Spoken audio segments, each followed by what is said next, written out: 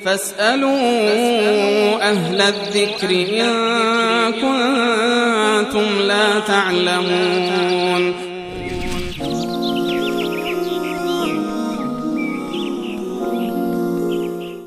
آقا احسان از تهران پرسیدن که در وضو چه چیز واجب است؟ درباره وضو اون واجبات یا فرایضی که متفق علیه هستند در میان تمام فقها، نیت یکی از شرایط هست. برخی از علما اینو جزء ارکان قرار دادن، اما به صورت کلی بنابر اصول فقهی که هست اون مواردی که جزء خود عبادت هستند اونا رو جزء ارکان قرار میدن. اونی که جزء خود عبادت نیست، مقدمه برای عبادت هست، اینو جزء شرایط قرار دادن. مانند مثلا نیت کردن که قبل از وضو یا قبل از نماز در واقع باید نیت باشن. اولین شرطش این است که انسان باید نیتی رو داشته باشه.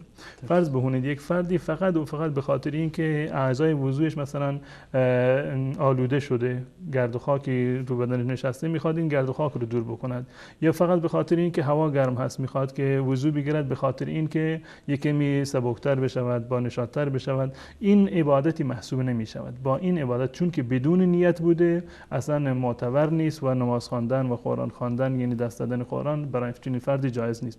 پس بنابراین اولین شرطش این است که وضو داشته باشد انسان، و بقیه 4 رکن اصلیش که در قرآن صراحتا الله متعال اونها را بیان کرده. شستن صورت هستند که صورتش را باید کاملا بشوید، از میان 2 تا گوشش و از جایی که موی بالای پیشانی تا زیر چانه این قسمت باید کاملا شسته بشود، و همچنین شستن دسته ها تا آرنج به صورت تمام این قسمت باید شسته بشود. سومیش مسح سر هست که سر باید به صورت کامل یا حداقل بخشی از سر مسح شده باشد، و 4می شستن پا هست.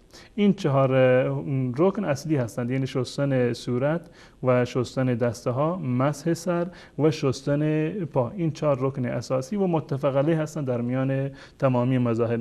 اضافه بر این برخی از علما ترتیب رو هم لازم دونستند، یعنی حتما باید با ترتیب وضو بگیرد. اگر یک فردی فرض بکنید اول یعنی پاهای خودش را بشوید و نهایتا در آخر صورت خودش را بشوید، این وضویش درست نیست، زیرا که رسول الله صلی الله علیه و آله همیشه در طول زمانی که ایشون وضو می‌گرفتند این ترتیب رو مراعات می‌کردند. و همچنین موالات هم شرط هست، یعنی این که پی در پی باید این اعضا رو بشوید. فرض بکنیم که الان نشسته برای وضو گرفتن، مشغول صحبت کردن با یک فرد دیگر هستند، صورت خودش رو شسته، الان با هم دیگه صحبت می‌کنن تا خیلی فاصله افتاده، مثلا حتی صورتش هم امکان داشته باشه مثلا خشک شده باشد، بعد از این دوباره دست‌ها رو بشوید یا سر را ماسه بکند یا پاها رو بشوید. اینجا هم این وضوی کاملی نیست. حتما باید هم ترتیب باشد در میان وضو که اول صورت را بشوید، بعد دست‌ها را بشوید و بعد سر را ماسه بکند و در آخر پاها رو بشوید. این ترتیب هست و هم موالات شرط هست، یعنی پی در پی باید این اعضا رو بشوید بدون از فاصله. در روایتی هست که رسول الله صلی الله علیه و آله یک روز فرمودند که یک فردی رو دیدند که در هنگام نماز در یک سفری بودند، قوزک پایش و پشت پاش یعنی برق میزد، یعنی وضو گرفته بود و این قسمتش خشک مانده بود و سفید بود، از زور نمایان بود. رسول الله صلی الله علیه و آله فرمودند ویل للعقاب من النار، این قسمتی که آب به اون نرسیده این آتش جهنم اینو میسوزونه.